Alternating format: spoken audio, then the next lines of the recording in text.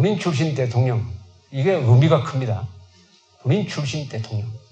군인 출신 대통령으로서 실패했느냐? 성공했습니다. 혼자만 성공한 것이 아니라 그 뒤에 나오는 전두환, 노태우, 박정희, 전두환, 노태우 시절에 30년 동안 대한민국이 획기적 발전을 했다는 것은 아무도 부인할 수 없을 것이라고 생각합니다. 또 박정희는 반문명 세력인 공산주의 도전을 이겨냈습니다. 반문명 세력. 무엇보다도 박정희는 유능한 혁명가이고 위대한 경영자였어요. 혁명이 무슨 낭만주의적으로 이야기하면 멋진 거 체게바라처럼 아주 영웅적으로 보이겠지만은 혁명은 대충 성공하고 나서는 혁명에 성공하고 나서는 국가를 운영하는 데 실패해가지고 국민들을 못 살게 하는 경우가 훨씬 더 많습니다. 박정희는 혁명도 피 흘리지 않는 혁명을 했고 국가 운영을 잘 했습니다. Revolutionary and Visionary라고 합니다. 이런 사람을. 현 체제를 때려 부수는 데만 유능했던 것이 아니라 그것을 재건하고 더 발전시키는 데 유능한 사람이었다. 따라서 결론을 내면 이렇죠. 박정희의 근대화 전략은 세계사의 진보 세력이 공유하였던 개혁, 개방, 실용, 과학, 민주, 자유, 자주의 가치에 기반하여서 성공한 것이므로 박정희는 진보 세력이다. 역사의 진보 세력이다. 이렇게 결론 내리면 어떻습니까? 맞습니까? 그러니까 앞으로 박정희를 뭐 수구 꼴통이라든지 독재라고 하는 사람한테 대응하는 논리를 제가 설명드린 겁니다. 기죽지 마시고 당당하게 말씀하시라 이겁니다. 항상 저쪽에서 들고 나오는 게 민족과 민주를 들고 나옵니다. 그래도 민주주의를 파괴한 거 아니냐 이렇게 이야기해요. 국가를 살리기 위해서는 민주주의를 파괴해도 됩니다. 민주주의가 하나님입니까? 여러분들 마음속에 민주주의 그거 굉장히 신성하고 대단한 거다 이렇게 생각하실 겁니다. 물론 평화주의는 그렇죠. 그러나 민주주의를 악용하는 사람이 있어가지고 민주주의적 방식으로는 도저히 나라를 구할 수 없다고 하면은 한시적으로 민주주의를 파괴해야 됩니다. 그렇게 하여 나라를 살리는 게 맞아요. 박정희는 민주주의는 하나님이 아니라고 생각한 사람입니다. 아니, 하나님이 아니라고 말한 사람입니다. 그렇게 말한 사람은 우리가 건국한 70년 동안에 박정희 한 사람밖에 없습니다. 공개적인 석상에 가가지고 민주주의 한국식으로 제안할 수 있다. 바꿀 수 있다. 그걸 논리를 가지고 설명한 유일한 사람입니다. 박정희야말로 그런 점에서 가장 위대한 혁명가입니다. 혁명가. 혁명가는 뭡니까? 다른 사람들이 다 아니라고 해도 혼자서 맞다라고 하는 사람이 혁명가 아닙니까? 근데 그렇게 이야기하는 사람이 백면성생이면은 그래, 니 혼자 똑똑하다. 이렇게 되지만은 이분은 무장한 혁명가였어요. 권력을 가진 혁명가입니다. 그걸 무장한 예언가라고 그래요. 무장한 예언가. 고담 준론만 하는 예언가가 아니라 권력을 잡은 예언가였기 때문에 자기가 가르치는 방향으로 대한민국을 끌고 갔습니다. 박정희는 그러나 민주주의를 부정한 적은 없습니다. 민주주의는 가장 좋은 제도라는 걸 인정한다. 그러나 오늘날의 한국에서 민주주의를 시작한 지가 박정희가 집권했을 때는 10여 년밖에 되지 않았어요. 이렇게 일천한 역사적 토양에서는 민주주의를 그대로 하면 안 된다. 말라 죽는다. 민주주의라는 나무를 그대로 심으면 안 된다. 거기에 다른 조치를 취해야 된다. 한국식으로 바꿔야 된다. 한국적 민주주의. 한국적 민주주의를 주장을 했고 그게 유신체제죠. 유신체제. 유신체제를 독재체제라고 그렇게 한마디로 부인할 수 없습니다. 거기에 민주적 기능이 많이 있어요. 다만 언론 자유라든지 정치활동의 자유가 제한된 거는 부분적으로 제한된 거는 인정을 할 수 있습니다. 이렇게 박정희를 민주주의 파괴자라고 몰아세우는 사람들은 민주주의를 하느님처럼 신봉합니다. 하느님처럼. 그러면서 민주주의를 국가 위에 놓으려고 그래요. 국가보다 민주주의가 더 중요하다. 민주주의를 지키기 위해서는 국가가 사라져도 괜찮다. 이런 생각입니다. 이런 민주주의를 절대 가치로 여기는 것이야말로 이게 주자학적인 전통이 강한 한국에서 특히 심합니다. 그리고 무슨 주의 좋아하는 거 있잖아요. 이즘. 그런데 역설적으로 참 웃기는 것은 민주주의라는 이 말이 번역이 잘못되었다는 사실입니다. 민주주의는 어느 나라에서 만든 용어입니까? 민주주의. 일본에서 만들었죠. 민주주의는 일본에서 영어의 디모크라시를 번역할 때 민주주의라고 했는데 이 번역이 잘못되었습니다. 디모크라시는 주의가 아니에요. 그건 도그마가 아닙니다. 민주주의라고 하지 말고 민주제도라고 했었어야 돼요. 민주제도라고 했으면은 오늘처럼 한국에서처럼 민주주의를 우상숭배하는 사람이 좀 줄어들었을 겁니다. 또 번역이 잘못된 게 있어요. 민족이란 말이 번역이 잘못됐습니다. 민족. 여러분, 민족이란 말은 우리나라에서 만든 말이 아닙니다. 중국에서 없었습니다. 일본에서 만들었습니다. 민족. 영어의 nation, 독일어의 folk를 국민이라고 번역해야 맞는데 이걸 민족이라고 번역을 했어요. 이거 번역 잘못된 겁니다. 그러니까 요새 한국에 보면 우리 민족끼리 해가지고 아무데나 민족 갖다 붙여가지고 편리한 대로 사용하도록 하는 이런 민족 만능주의를 만들어 놓으려고 말았습니다. 민족과 민주를 우상으로 만들어 놓고 말았어요. 이 민족과 민주를 가짜 민족주의, 가짜 민주주의를 때려 부숴야 합니다.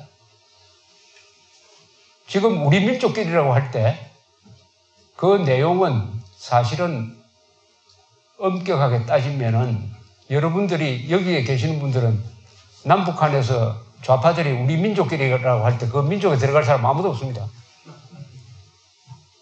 김일성주의자라야 민족의 자격이 있다는 거 아닙니까? 북한에서는. 그래서 김일성 민족이다 이러잖아요. 우리 민족끼리는 우리 민족 반역자끼리라는 말입니다. 해석을 잘해야 됩니다. 저 사람들이 우리 민족끼리 할 때는 우리 민족 반역자끼리 모여서 좀 잘해보자 이런 뜻입니다. 저 사람들이 말하는 민주주의는 공산주의와 싸운 경험이 없다고 한다면 그것은 계급투쟁론, 인민민주주의를 민주주의라고 사칭하고 있는 것입니다. 그러면은 박정희를 이렇게 수구, 꼴통, 독재로 모는 자칭 진보 세력은 어떤 사람들이냐? 진짜 진보가 맞느냐? 한번 따져보도록 하겠습니다. 이 사람들의 행동에서 제일 중요한 것은 거짓 선동입니다. 폭력보다는 거짓 선동으로 정권을 이미 잡았어요. 과거에도 그랬고. 거짓 선동으로 문명의 기초인 사실, 과학, 법치를 부인합니다. 모든 문명은 그 기반이 사실에 기초해야 됩니다. 그리고 법에 기초해야 됩니다. 그리고 과학에 입각해야 돼요. 거짓 선동으로 사실도 부인하고 과학도 부정하고 법치도 때려 부수는 게 자칭 진보 세력의 특징입니다. 문재인 정권이 하는 일이 바로 이거죠. 사실을 부인하죠. 광주 사태에서 헬기 기총소사가 없었다는 것이 이미 확정된 사실인데도 또 이걸 재조사를 하라고 하니까 그 비겁한 사람들이 최근에 기총소사가 있었다 이렇게 발표를 했어요. 그런데 발표 내용을 읽어보면은 그때 조종사 5명은 무장한 헬기를 가지고 광주 상공을 비행한 것은 사실이지만은 우리는 쏜 적이 없다. 이런 진술이 있어요. 그런데도 우격다짐으로 민간인들한테 기총소사를 했다라고 발표를 했습니다. 아니, 기총소사를 했으면은 쏜 사람이 있고 맞은 사람이 있어야 되는 거 아닙니까? 군중을 향해서 기총소사를 하면은 몇십 명이 죽을 거 아닙니까? 한 사람도 없어요. 그런데 이런 거짓말을 국방부가 발표하고 앉아 있습니다, 지금. 그리고 원자력 발전소가, 우리나라 원자력 발전소가 세계에서 가장 안전한 원자력 발전소인데 가장 위험한 발전소로 규정을 해가지고 원자력 백지화를 선언하는 것은 이건 과학에 대한 도전이죠. 과학에 대한 도전. 그리고 지금 이루어지고 있는 수많은 법치 위반. 법치의 가장 중요한 것은 법 앞에 평등 아닙니까? 그 사람이 김씨든 이씨든 문씨든 법 앞에 다 공정해야 된다. 그런데 지금 법 앞에 공정합니까? 촛불 시위한 사람, 반군 시위한 사람, 폭력 시위한 사람들한테는 법을 아주 우호적으로 적용을 하고 간첩 잡던 사람, 국정원, 그리고 뭡니까? 국방부, 저기 보훈처, 여기서 근무하면서 공산당하고 싸웠던 사람들에 대한 법 적용은 완전히 가혹하다. 법을 계급적으로 적용을 하는 거죠. 계급적 법 적용입니다. 자기 계급에 속하면 법을 유리하게 적용해야 하는 헌법 위반이죠. 그 다음에 이 자칭 진보 세력은 집단주의를 앞세워가지고 개인의 자유를 부정합니다. 집단이 뭐냐? 민족, 민중, 뭐 이런 사람들이죠. 그리고 자유롭고 개방적인 해양 문화권에서 이탈해가지고 전체주의적인 대륙 문화권, 중국 문화, 중국, 북한, 러시아 등으로 기울려는 외교적 충동을 보여주고 있습니다. 헌법에 담긴 진보적 가치인 자유민주적 기본 질서를 부정하려고 합니다. 자유에 기초하여 건국된 대한민국의 민족사적 정통성과 민주적 정당성을 부정하기 위하여 1948년 건국을 부정합니다. 국가 운영에서 무능합니다. 인종주의와 유사한 폐쇄적 민족주의, 계급투쟁론과 유사한 민중주의의 도구마에서 헤어나지 못하고 있습니다. 자유의 확장이 아니라 자유를 축소하는 쪽으로 국정을 운영해가지고 결과적으로는 마지막에 가면은 개인의 존엄성을 해치게 될 가능성이 많습니다. 따라서 박정희를 역사 속에서 지우려고 하는 이 자칭 진보 세력이야말로 수구 반동 세력이다. 이렇게 규정하고자 합니다. 동의하십니까?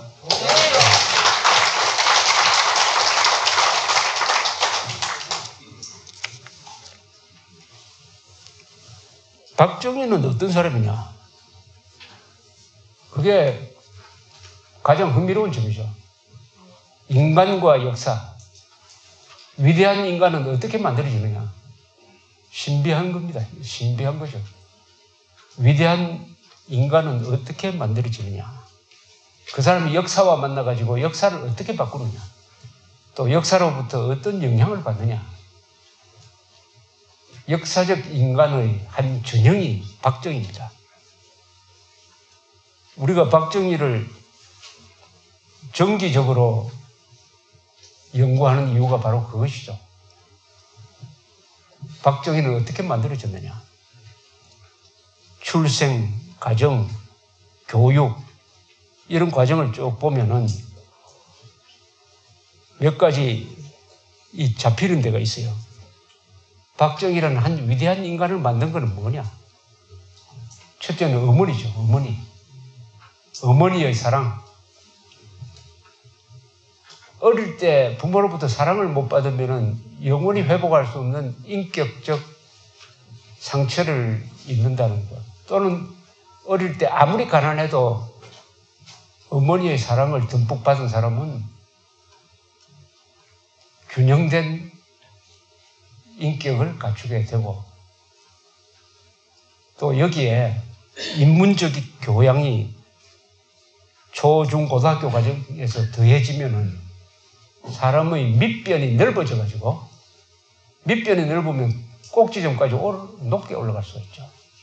그래서 이 인문교육의 중요성을 박정희에서 확인할 수가 있습니다. 박정희 교육에서 중요한 게 대구사범학교 교육이죠. 여러분 아십니까? 대구사범학교 5년 동안 다닐 동안에 박정희가 3년 동안 꼴찌한 거 아십니까? 73명 중에 73등 했습니다. 한 분은 73명 중에 72등 했고 꼴찌권이었어요. 이거는 박정희 죽고 나서 이낙선 씨가 가지고 있던 그 성적표를 보고 제가 확인한 겁니다. 꼴찌 대학생입니다. 아인슈타인도 대학교 다닐 때 아주 골칫덩어리 학생이었죠. 그런데 이 학적부에 적힌 박정희에 대한 평을 보면 재밌어요. 성격이 아주 침울하다고 했습니다. 침울하다. 그런데 이런 구절이 있어요. 금도를 좋아하고 교련을 좋아하고 이 음악을 좋아하고 트럼펫을 잘 불고 독서를 좋아한다. 저는 그게 눈에 들어왔어요. 이게 교양 아닙니까? 우리가 인문교양 하면은 역사, 문학, 철학이죠. 문사철, 플러스 예술, 그리고 스포츠죠. 이게 한 인간을 키우는데 기본입니다. 역사를 통해서 문명의 발전 과정을 알게 되고, 문학을 통해서 인간의 신면을 들여다보게 되고, 철학을 통해서 이 세상 돌아가는 것의 원리를 알게 하고, 예술을 통해서 아름다움을 알게 하는 겁니다. 예술을 통해서. 그리고 스포츠를 통해서 당당한 승부와 협동정신을 알게 하는 게, 이게 모든 인간 교육의 기본입니다. 이 5개가. 예술, 스포츠, 문사철. 이것을 가장 집약적으로 표현한 한자가 있어요. 한자. 지식이라는 한자를 여러분 한번 써보십시오. 지식. 지식이라고 딱 쓰면은, 지자는 뭡니까? 활시자죠. 활시자. 이것은 전략입니다. 옆에 입구가 있어요. 이것은 경제입니다. 시계에서 제일 처음 나오는 게 말서본이죠. 이것은 인문적 교양입니다. 그 가운데 소리 엄자 있죠. 이건 예술입니다. 끝에 붙은 게 창과죠. 전술입니다. 동양에서도 지식이란 게 뭐냐? 책만 읽고 달달 외우는 거냐? 그게 아니고 전략, 경제, 인문, 음악, 전술을 아는 게 온전한 지식입니다. 이게 제대로 된 지식입니다. 문무겸전이죠. 원래 지식인은 문무를 같이 알아야 됩니다. 전쟁을 알아야 돼요. 문무. 우리나라 최초의 통일 대통령이 문무왕 아닙니까? 그때 무는 불교입니다. 불교. 불교와 화랑도가 합쳐서 신라의 통일의 원동력이 되었다는 걸 그 이름 안에 집어넣었습니다. 문무왕. 그래서 그런 바탕이 있었기 때문에 비록 성적은 나빴지만 그 성적 나쁜 이유는 기숙사 비를 마련하기 위해서 고향에 돌아와가지고 장기 결석을 해서 그렇게 된 것입니다. 그 다음에 박정희의 생애에서 중요한 시기가 교사입니다. 이걸 많은 사람들이 놓치는데, 문경 보통 학교에서 3년 동안 교사를 했어요. 따뜻한 교사였습니다. 여러분, 박정희 생각하면, 교사 3년 하다가 군대에 갔으니까 교사 생활 적당히 하면서 용땡이 부리고 불평불만만 했겠지. 천만에 맞습니다. 훌륭한 교사였어요. 그때 박정희라는 사람의 인간됨을 보게 됩니다. 항상 가난한 사람 챙겨주고, 월급 털어가지고 신발 사주고, 자전거 해가지고 수십 리 있는 가난한 집안에 가정 방문하고, 소풍 가서 물에 빠진 애를 뛰어들어가서 구하기도 하고, 애들 모아놓고 한글 가르치고, 정말 따뜻한 교사였습니다. 그때 박정희가. 인간이죠, 인간에. 교육의 기본이 뭡니까? 사람을 사랑하는 데서 교육이 시작되는 거 아닙니까? 인간을 사랑하는 데서. 더구나 박정희 시선은 항상 가난한 사람으로 가 있었어요. 가난하고 약한 사람에 대한 관심이 이 교사 시절에 나옵니다. 지금도 몇 분 아직 살아 계세요. 그분들이 추억하는 박정희, 너무나 이게 동화에 나올 만큼 아주 아름다운 추억 속의 교사입니다. 뭐냐? 박정희는 4가지 얼굴을 가졌습니다. 교사, 군인, 혁명가, 경영자인데 이 바탕에 흐르는 것은 교사였습니다. 교사적 군인이었고, 교사적 혁명가였고, 교사적 CEO였어요. 교사적 품성이 없으면 위대한 지도자 안 됩니다. 교사적. 이병철 선생 교사 아닙니까? 오늘날 삼성이 이병철 선생의 인재제일정책에서 나온 거 아닙니까? 인재, 교사로서의 CEO. 그래서 뛰어난 지도자는 아무나 될 수 있지만은 위대한 지도자가 되려면 교사여야 합니다. 교사. 그건 외국도 마찬가지입니다. 위대한 지도자는 다 교사입니다. 가르치려고 한다는 부분, 아무나 가르치는 마음이 생깁니까? 사람을 사랑해야 가르치는 마음이 생기는 거 아닙니까? 이승만 대통령 교사 아닙니까? 교사의 모든 완벽한 조건을 갖춘 분이 이승만, 박정희 두 사람이 교사적 지도자였다. 무엇보다도 박정희는 군대에 가가지고 넓은 세상을 보게 되었습니다. 만주, 1940년대의 만주. 그리고 거기서 성적이 좋아가지고, 만주공관학교에서 성적 좋아가지고, 그 다음에 일본 육사에 가가지고 또 2년 동안 일본. 아주 전쟁 중에 온 나라가 전쟁을 목표로 해가지고 총동원이 돼가지고 장교들이 목숨을 초계같이 던지는 그 현장에 있었어요. 그것을 통해서 박정희가 얻은 것은 많을 것입니다. 국가에 대한 생각, 국가를 개조하는 데 대한 열정, 뭐 여러 가지를 봤습니다. 또 이 스케일이 큰 감각. 박정희가 어떻게 중화공업이라는 저 어마어마한 규모의 스케일 감각을 갖게 되었느냐 하는 게 참 아주 신비합니다.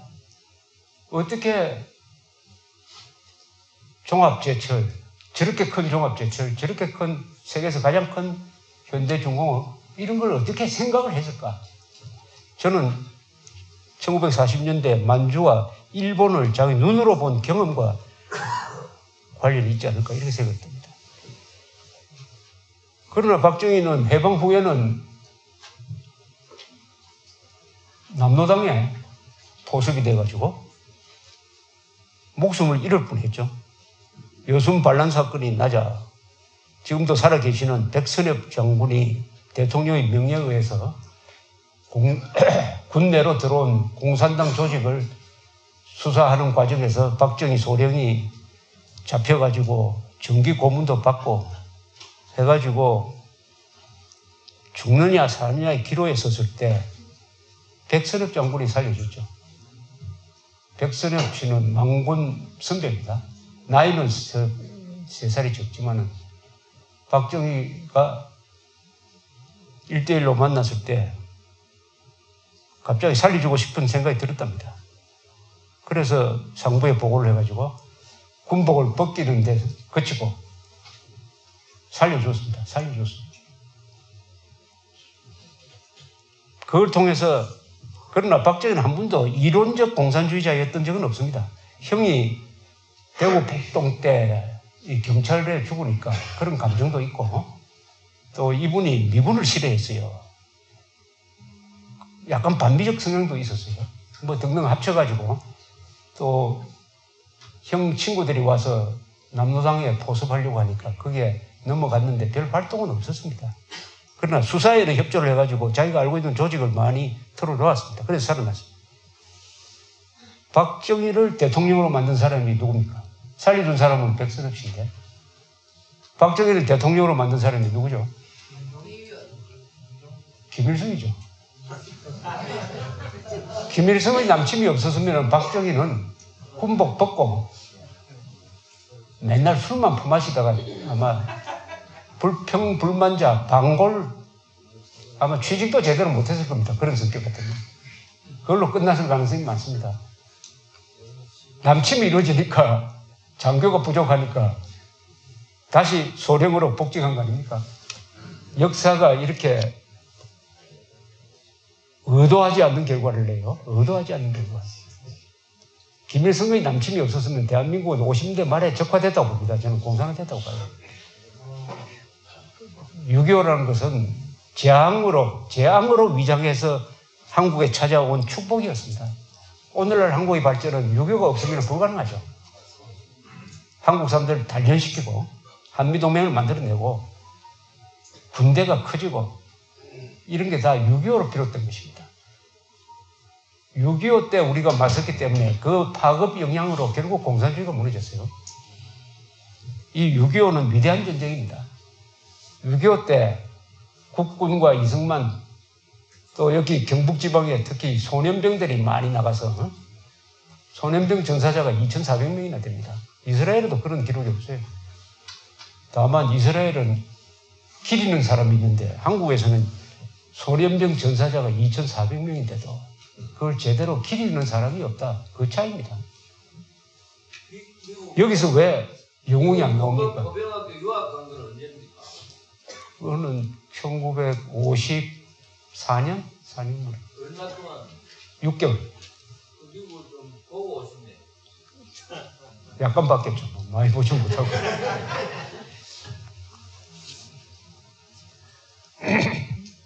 그 다음에 박정희 대통령은 교육을 참 많이 받은 분이죠. 5년 동안 사범학교 교육, 만주 군관학교, 일본 육사, 또 한국의 조선경비사관학교가 들어서니까 거기에 또 육사 2기로 들어가고 또 군대에 있을 때 또 미국 가서 교육받고 이분은 교육을 많이 받은 분입니다. 아니 옛날에 교육받은 기간이 한 10년 될 거예요. 옛날에 그 사범학교가 오렌지였습니까? 예, 오렌지. 그래서 박정희 하면 항상 차렷 자세 생각 안 듭니까? 박정희 대통령처럼 이 차렷 자세가 훌륭한 사람이 없습니다. 사진 찍은 거 보면은 꼿꼿하고 모든 것이 정리정돈되는 걸 좋아하는. 그러니까 계획을 세우고 계획대로 집행하고 하는 게 이 체질에 붙은 거죠. 바로 군인이었기 때문에 그렇습니다. 군인이었기 때문에. 군인은 가장 안정적인 지도자를 배출하는 기관이 군대 조직이죠. 가장 안정적인. 군 출신들은 어떤 조직에 가도 큰 실수를 안 해요. 또 부정부패나 거짓말을 잘 안 하는 사람들이 군인입니다. 군인에서 지도자로서 길러졌어요. 그리고 박정희는 군인 중에서 가장 깨끗한 군인으로 여겨졌습니다. 박정희가 혁명의 지도자로서 자연스럽게 추대받을 수 있었던 것은 깨끗했기 때문입니다. 청렴한 군인이었어요. 그리고 머리 좋다는 게 평판이 나 있습니다. 청렴하고 머리 좋고, 그러나 머리 좋은 사람이 범하기 쉬운 게 엘리트 의식입니다. 박정희는 그게 없었어요. 머리 좋지만은 다 겸손하고 말을 점잖게 하고 욕을 하지 않고 인격자다. 그건 이제 교사적 품성이겠죠. 자연스럽게 혁명 지도자로 추대된 것은 그분의 인격에서 나온 것이죠. 그렇게 해서 1961년 5.16 군사혁명이 성공했습니다. 그때 혁명 그룹에서 모델로 삼고 싶었던 나라가 있었어요. 하나는 이집트의 나셀, 그리고 이슬람에서 성공한, 터키에서 성공한 케말 파샤, 아타투르크의 개혁. 이게 이 사람들이 머릿속에 있는 하나의 모델이었습니다. 그러나 박정희는 그 두 사람보다 훨씬 더 성공적인 18년 동안의 집권을 통해서 이룩했습니다. 여기 주최측의 부탁은 1시간쯤 하다가 좀 쉬고 다시 만나서 한 30분 더 하고 그 다음에 질문 받으라고 하니까 지금부터 좀 휴식을 취하겠습니다.